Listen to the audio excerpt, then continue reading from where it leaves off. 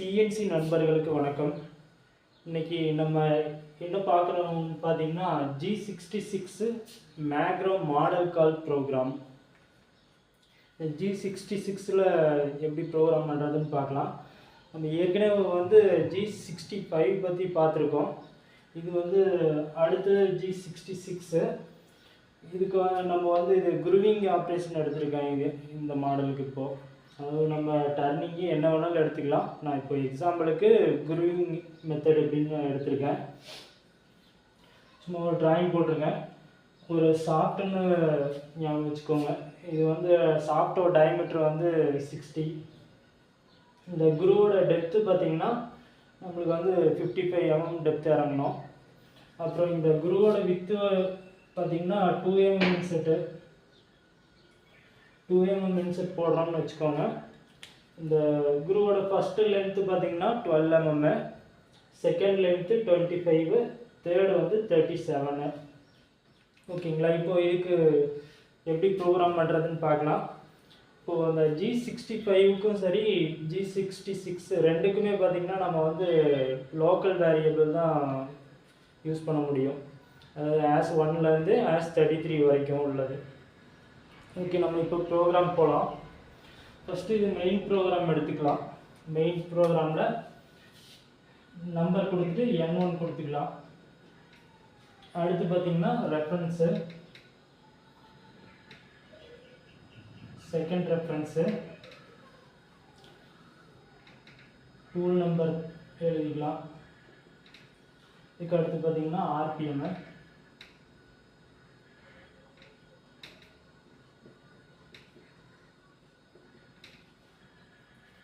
அடுத்தது position value கொண்டு வந்துக்கலாம். G0 நம்ம 60 mm ஷாஃப்ட் அப்படின்னால நம்ம 62க்காக பொசிஷன் பண்ணிக்கலாம். Z20ல் பொசிஷன் பண்ணிவிட்டு கூலண்ட் ஆன் பண்ணிக்கலாம்.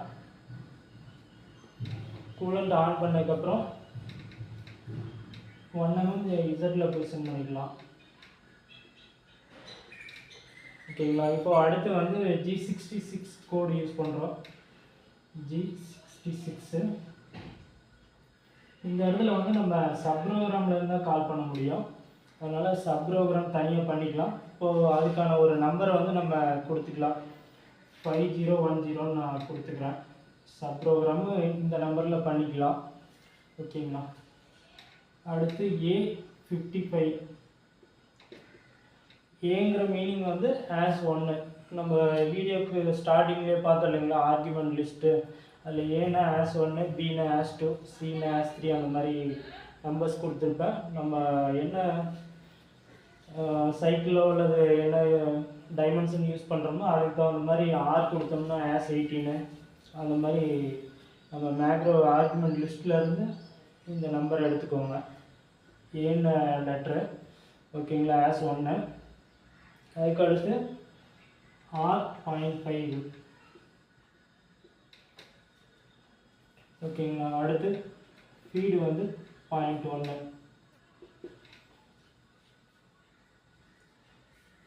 இதுக்கான ஃபஸ்ட்டு லென்த்து பார்த்தீங்கன்னா Z -12. அதுக்கு அடுத்து Z 25, Z37. ஓகேங்களா? அதாவது இந்த லைன் எப்படி எடுத்துக்கணும்னா 55 mm வரைக்கும் டெப்த்து இறங்கும். இதெல்லாம் ரிலீஃப் பாயிண்ட்டு, ஃபீட் எவ்வளோன்னு கொடுத்துருக்கேன். இதுக்கான சைக்கிள் நம்ம சப் ப்ரோக்ராமில் பண்ணிக்கலாம். ஓகே, நான் கடைசியாக சொல்கிறேன். G67. இந்த G67 நம்ம கம்பல்சரி கொடுத்தே ஆகணும். இந்த G66 யூஸ் பண்ணும்போது அந்த மாடல் கால் கால் ஆனதும் இந்த ஆப்ரேஷன் கம்ப்ளீட் ஆனதும் G67 கேன்சல் பண்ணோம்.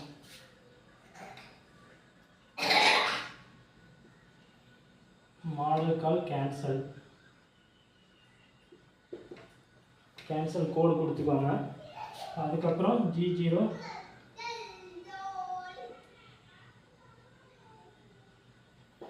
ஜெட்டில் பார்த்தவங்க வெளியில் எடுத்துகிட்டு இப்போ ஹோம் பொசிஷன் கொண்டு போயிடலாம். செகண்ட் ரெஃபரன்ஸு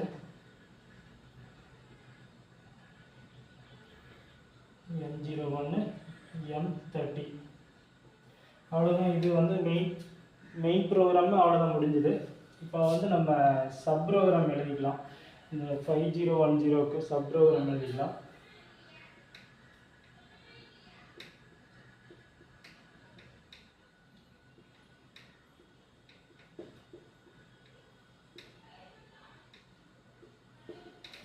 ஓகேங்களா.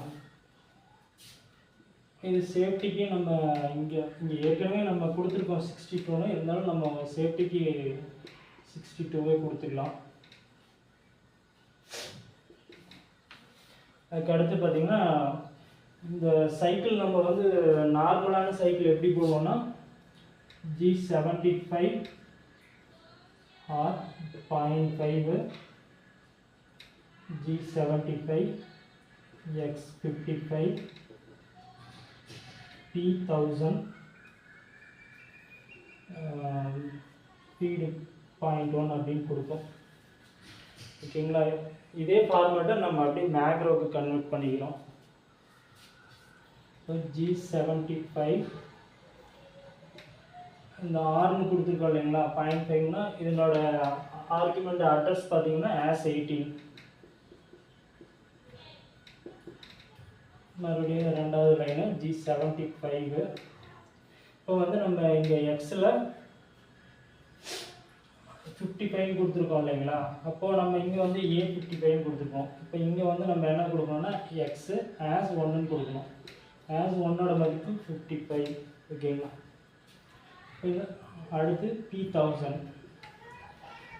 இது வந்து நம்ம இந்த P அட்ரஸ் வந்து மேக்ரோவில் நம்ம கொண்டு வர முடியாது, ஏன்னா அதுக்கான அட்ரஸ் அங்கே இல்லை.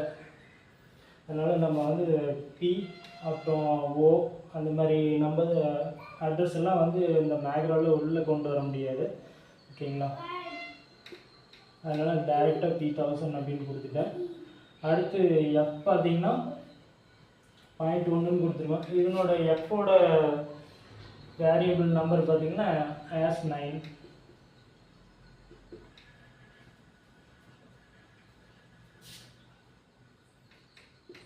G0 மறுபடியும், அதாவது இந்த லைனை 12 mmல பார்த்தீங்கன்னா இந்த டெப்த்து வந்து இப்போ 1 mm கொடுத்துருக்கோன்னா 2 mm கட் இறங்கும்.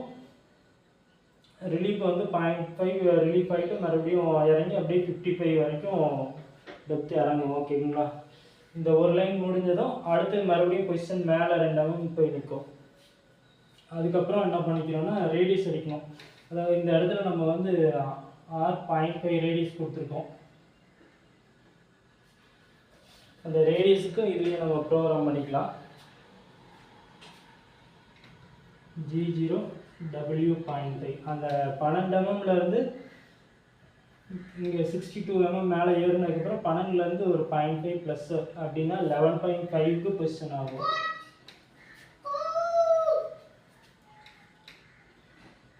G1 X நம்ம சாஃப்டோட டயமீட்டர் பார்த்திங்கன்னா 60, அதனால் 60 கொடுத்துக்கிறோம். ஸ்பீடு 0.1ன்னு கொடுத்துக்கலாம். இப்போ இந்த இடத்துல பார்த்திங்கன்னா ஃபஸ்ட்டு இந்த ரேடியஸ் லெஃப்ட் சைடு அப்படிங்கும்போது நம்ம வந்து G03 தான் கொடுக்கணும். G03 நம்ம 0.5 அப்படிங்கிறதுனால 1 mm மைனஸ் பண்ணிக்கிறோம். அப்போ 59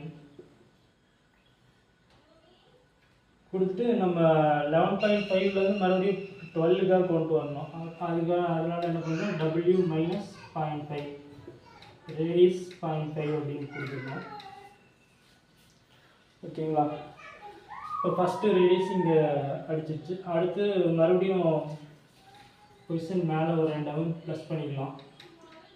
X62 அப்படின்ட்டு மேலே எடுத்துகிட்டு மறுபடியும் அங்கேருந்து -0.5 கொடுக்குறோம். W-0.5 அப்படின்னா 12.5க்கு பொசிஷன் ஆகும். அதுலேருந்து மறுபடியும் நம்ம சாஃப்டோட ஓடி வந்து 60, அதுக்காக 0.1 ஃபீட்டில் இறக்குறோம். மறுபடியும் இங்கேருந்து இப்படி ரைட் சைடு வந்து ரேடியஸ் இறங்கும்போது நம்ம G02 யூஸ் பண்ணோம். G02 அதே X59 W0.5 அப்படின்னு போடும். இங்கே வந்து ப்ளஸில் கொடுக்கணும், ஏன்னா இங்கே ஏற்கனவே மைனஸ் பண்ணியிருக்கோம் இல்லைங்களா. 12.5ல் இங்கே போய் கொஸ்டின் ஆகும், இங்கே வந்து 12க்கே வந்துடும். ரேடியஸ் 0.5 அப்படின்ட்டு கொடுத்துக்கலாம். ஓகே, ரேடியஸ் அடித்ததுக்கப்புறம் நம்ம என்ன பண்ணணும்னா, இந்த பக்கம் ரேடியஸ் அடிச்சாச்சு, இந்த பக்கம் ரேடியஸ் அடிச்சாச்சு. இப்போ வந்து ஃபுல் டெப்த்துக்கு ஒரு பாஸ் விட்டுடலாம் அந்த ஸ்க்ராப்லாம் க்ளீன் பண்ணுறதுக்காக. அப்போ G1 எக்ஸு ஆஸ் 1 தான் 55 நம்மளுக்கு தெரியும் இல்லைங்களா. இப்போ ஆஸ் 1 கொடுத்துறோம். ஆஸ் 1 ஃபீடு வந்து 0.14 கொடுத்துக்கலாம். இதெல்லாம் 0.1ல் போகும், இது வந்து 0.14. இப்போ மறுபடியும் நம்ம 62க்காக மேலே எடுத்துக்கலாம். G0x62 எடுத்துகிட்டு நம்ம இப்போ சப் ப்ரோக்ராமை கம்ப்ளீட் பண்ணிடலாம். M99 கொடுத்து கம்ப்ளீட் பண்ணிடலாம்.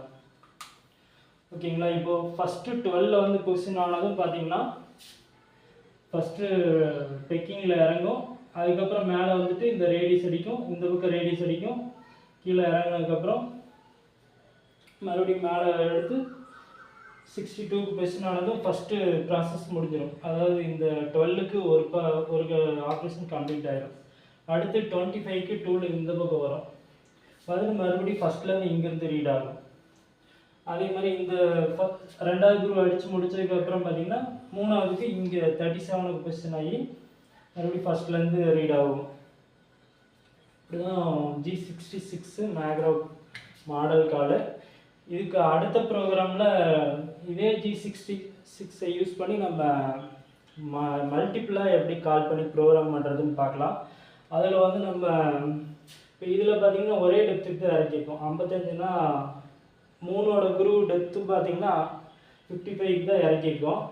அந்த ப்ரோக்ராமில் பார்த்திங்கன்னா நம்ம தேவைக்கு தகுந்த மாதிரி 1ல் 50, 1ல் 55, மேலே 58 அந்த மாதிரி டெப்த்தையும் கம்மி பண்ணிக்கலாம். வித்தும் எதுவும் மாற்றுறதுனால நம்ம ரெக்யர்மெண்ட்டுக்கு தகுந்த மாதிரி மாற்றிக்கலாம். ஓகே, நம்ம இப்போது இந்த ப்ரோக்ராம் வந்து மெஷினில் ரன் பண்ணி பார்த்துடலாம். ஓகே, நம்ம சேனல் புதுசாக வராங்க, சப்ஸ்கிரைப் பண்ணுங்கள், லைக் பண்ணுங்கள், ஷேர் பண்ணுங்கள். Okay, thank you.